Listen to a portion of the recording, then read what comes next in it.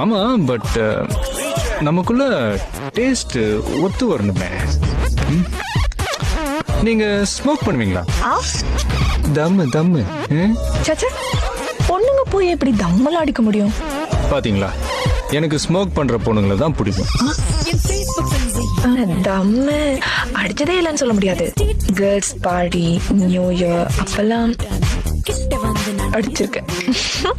தண்ணி சரக்குமா? சரக்கு